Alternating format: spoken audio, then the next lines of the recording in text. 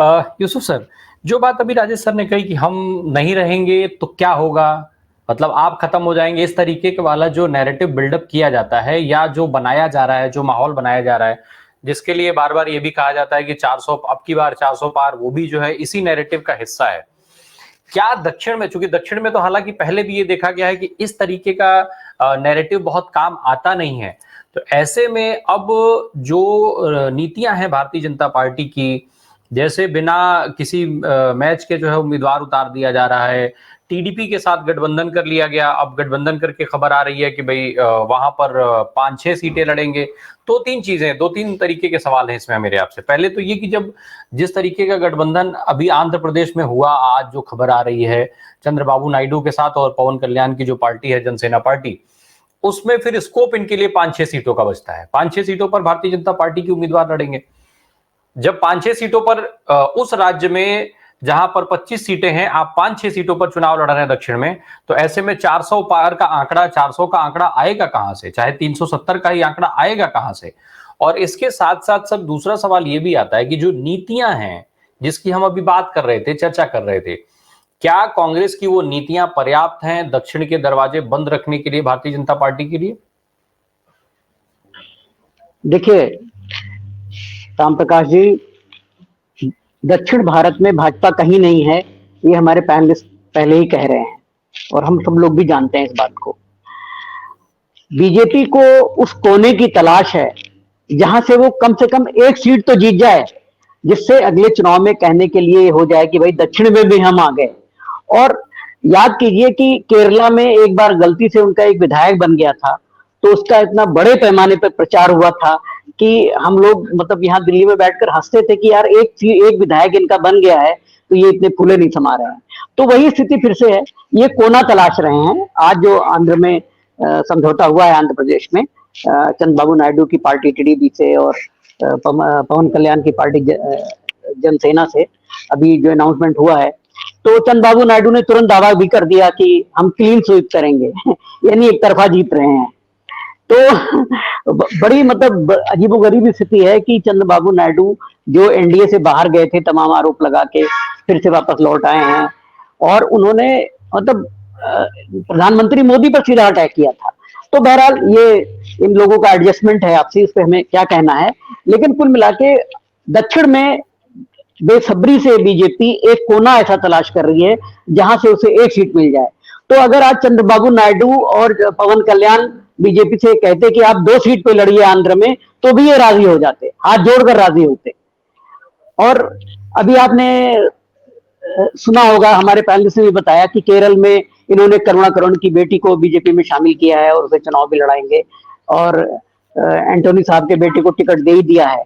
तो ये सब क्या है? ये सब यही बताता है कि कांग्रेस का कोई भी गधा घोड़ा इनके पास आ जाए वो इन्हें स्वीकार्य है और उसे टिकट देके ये रातों रात विजयी बनाना चाहते हैं। और जैसा कि गोदी मीडिया हम लोग इस्तेमाल करते हैं शब्द, तो गोदी मीडिया इस बार बता रहा है अपने तमाम सर्वे में कि इस बार तो बीजेपी को दक्षिण में भी 2-3 सीटें मिलेंगी ही मिलेंगी। यानी आप देखिए कि चारों तरफ से इतनी विकट स्थिति है, तमिलनाडु में कहीं नहीं है। आज तमिलनाडु में देखिए आप, शाम को मीटिंग होने जा रही है वहां पे तमिलनाडु में, जहां पर कांग्रेस और डीएमके का समझौता होने जा रहा है, और उन्होंने कमल हसन को भी एक सीट देने का कह दिया है कि हम आपको भी एक सीट देंगे। और वहां इस बार कांग्रेस की सीटें बढ़ रही हैं। कांग्रेस को ने पिछली बार तमिलनाडु में 8 सीटों पर लड़ा था 2019 में, इस बार उनको 10 सीटें ऑफर की गई हैं डीएमके द्वारा, जबकि डीएमके वहां सबसे बड़ा स्टेक होल्डर है, सबसे बड़ी पार्टी है। तो ये सब चीजें हैं जो हो रही हैं। और हमारा जो गोदी मीडिया है, या दिल्ली का लुटियन जोन का मीडिया कह लीजिए, नोएडा का मीडिया कह लीजिए, जो भी नाम दे दीजिए उसे, वो ये सब कवरेज नहीं कर रहा है, ना असली कहानी बता रहा है। आज बंगाल के भाजपा के सांसद हैं कुनार हेम्ब्रम, उन्होंने पार्टी से इस्तीफा दे दिया। उन्होंने कहा कि मैं चुनाव नहीं लड़ूंगा अगला। और बंगाल में जहां पर संदेश खाली का इतना बड़ा माहौल खड़ा कर दिया गया, इतना बड़ा बताया गया कि ये न जाने कितना बड़ा कांड है कि पूरे मीडिया उस पर जुट गई, उसने कवर किया इसको। और मतलब ये जो हेम्ब्रम का इस्तीफा आज आया है उसकी कवरेज आपको कहीं नहीं मिलेगी। उसकी उस पर बहस आपको कहीं भी मीडिया में दिखाई देगी कि बंगाल के जो भाजपा सांसद नहीं, ये दूसरे भाजपा सांसद हैं जिन्होंने रास्ता अपना अलग अपनाया है और कहा है कि हम चुनाव नहीं लड़ेंगे। ये दूसरे सांसद हैं। अलीपुर द्वार से पहले जो सांसद थे, बराला साहब हैं, बल्कि उन्होंने कहा है कि वो चुनाव नहीं लड़ेंगे, उनका टिकट भी इन्होंने काट दिया। अब दूसरी घोषणा इनकी हेम्ब्रम साहब ने की है आज। और मोदी जी वहां 11 मार्च को रैली करने जा रहे हैं झाड़ग्राम में। ये आदिवासियों का इलाका है बंगाल में, जहां पे मोदी जी की 11 तारीख को रैली है, और उसी इलाके के सांसद ने आज इस्तीफा दे दिया। तो ये सब स्थिति जो है, ये आपको मीडिया इन चीजों को कड़ियों में पिरोकर बताएगा नहीं, क्योंकि उसे पता है कि ये सब बताने पे जनता और खुश होगी, कि जो जनता ने मन बनाया हुआ है, जो लोग बीजेपी को वोट नहीं देना चाहते हैं, तो उनको जाहिर सी बात है कि इन सूचनाओं से उनको खुशी ही मिलेगी। अभी आपने महाराष्ट्र का भी जिक्र किया था।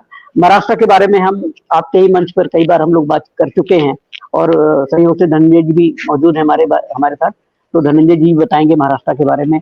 देखिए, वहां पे खबरें या बताई गई हमें 2 दिन पहले कि साहब वहां पे अमित शाह जी पहुंचे, और वो मंगलवार को पहुंचे थे, वो बुधवार तक रहे, और उन्होंने बहुत अच्छा समझौता करा दिया है और डील फाइनल हो गई है।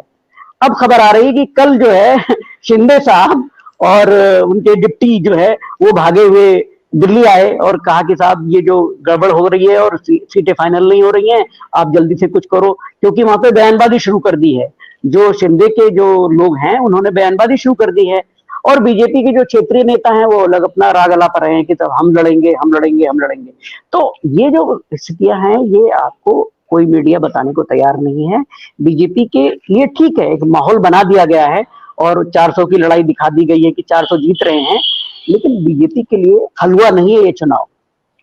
हलवा तो हमारे ख्याल से सभी लोग खाते ही हैं खाने में बड़ा टेस्टी होता है, आसानी से गटक जाते हैं लोग। तो ये चुनाव जो है 2024 का लोकसभा का, ये हलवा नहीं है बीजेपी के लिए।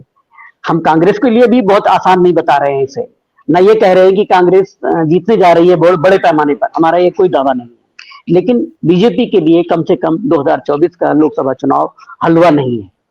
और जी। ये जो ठक्कर साहब ने अभी कहा, राजेश ठाकर जी ने, कि ये जो कहा जा रहा है कि मोदी चुनाव जीतने के बाद तमाम कड़े फैसले लेंगे, ये भी एक, जिसे कहते हैं, बहुसंख्यक समाज से एक फरेब किया जा रहा है। यानी हमारे जो हिंदू भाई हैं उनसे फरेब किया जा रहा है कि देखो, मोदी जी को अगर जिता दोगे तो इस बार मुसलमानों की रही से हवा भी टाइट कर देंगे वो, और इस बार तो इनको पाकिस्तान भगा के रहेंगे। और उसका कल नमूना देखने को मिला कि नमाज जो है लोग पढ़ रहे थे इंद्रलोक में, दिल्ली के इलाके में, उनको पुलिस वाले ने अपने पैर से मारा उनको, और वो लोग हटे नहीं, नमाज पढ़ते रहे। हालांकि सड़क पर नमाज पढ़ने देने का मैं हिमायती नहीं हूँ, और सड़क पे नमाज पढ़ी भी नहीं जानी चाहिए। नमाज एक पाक साफ जगह पढ़ी जानी चाहिए जहाँ पे सफाई हो। तो सड़क पर सफाई यूं भी नहीं होती है, तो सड़क पर वैसे भी मुस्लिम्स को नमाज नहीं पढ़नी चाहिए। लेकिन बहरहाल, अगर वो पढ़ रहे थे तो आप उनको गिरफ्तार कर लेते, आप पुलिस चारों तरफ से खड़ी कर देते और कह देते भाई ठीक है, आपने नमाज पढ़ ली, अब चलिए पुलिस थाने या जेल में चलिए, क्योंकि आपने उल्लंघन किया है हमारे नियमों का। और जाहिर सी बात है कि उन्होंने नियमों का उल्लंघन तो किया है, जो लोग वहां नमाज पढ़ रहे थे। तो ये एक लोकतांत्रिक तरीका था, उन्होंने नमाज पढ़ी और आपने उनको गिरफ्तार कर लिया। लेकिन आपको पैर से मारने का अधिकार किसने दिया? लेकिन पैर से मारने का अधिकार उनको मोदी जी और अमित शाह ने दिया है, क्योंकि उनका जो ब्रेन वॉश कर दिया गया है पुलिस में, पीएससी में, और भी कुछ फोर्सेज में किया गया है जिनका मैं नाम नहीं लेना चाहता हूं, लेकिन वो क्रम जारी है। और ये बहुत दुखद है, ये भारतीय लोकतंत्र के लिए बहुत दुखद है कि जब आप फोर्सेज को इस तरह से मिलाइन करते हैं, उनको उनका ब्रेन वॉश करते हैं अपने उद्देश्यों की पूर्ति के लिए, तो इसका नतीजा समाज को और देश को भुगतना पड़ता है। और अब तो सुप्रीम कोर्ट ने कह दिया है कि जो पाकिस्तान जिंदाबाद के नारे हालांकि गलत हैं, वो लगाना नहीं चाहिए, लेकिन अगर कोई लगाता है तो वो अपराध नहीं है। तो सुप्रीम कोर्ट ने ये दलील दे दी है, तो अब तो लोग और ज्यादा उचक के सब हरकत करेंगे। तो हम लोग कहाँ जा रहे हैं, किधर जा रहे हैं? सुप्रीम कोर्ट ने एक अपने जो दृष्टांत दिया है, कल नजरिया दिया है कि आप नारा लगा सकते हैं, कोई गलत नहीं है। मैं उसको भी सही नहीं मानता हूँ कि अब सुप्रीम कोर्ट ने कह दिया तो आप नारे ही लगाने लगे। मैं इस तरफ इशारा कर रहा हूं कि हम कहाँ जा रहे हैं, हमारा देश कहाँ जा रहा है।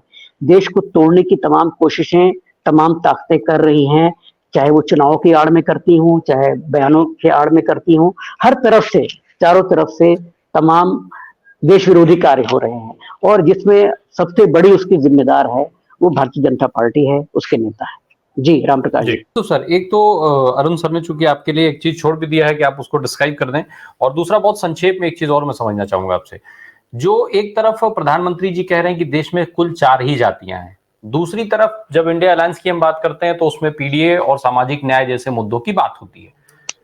किसको ज्यादा प्रभावी देखते हैं आप? क्या वो चीज है, प्रधानमंत्री जब एक तरफ पूरी जाति को, पूरी जो वो पॉलिसी है लंबे समय से जो एक वर्गीकरण किया गया उसको वो दरकिनार करने की बात कर रहे हैं, दूसरी तरफ यहाँ पर कास्ट फैक्टर की बात उठाई जा रही है, तो क्या आज जो यूथ है वो इस कास्ट फैक्टर के साथ जुड़ेगा, या फिर वो पूरी कास्ट पॉलिसी को, जाति चीजों को दरकिनार करने के साथ वो ज्यादा फेवरेबल देखेगा उसको?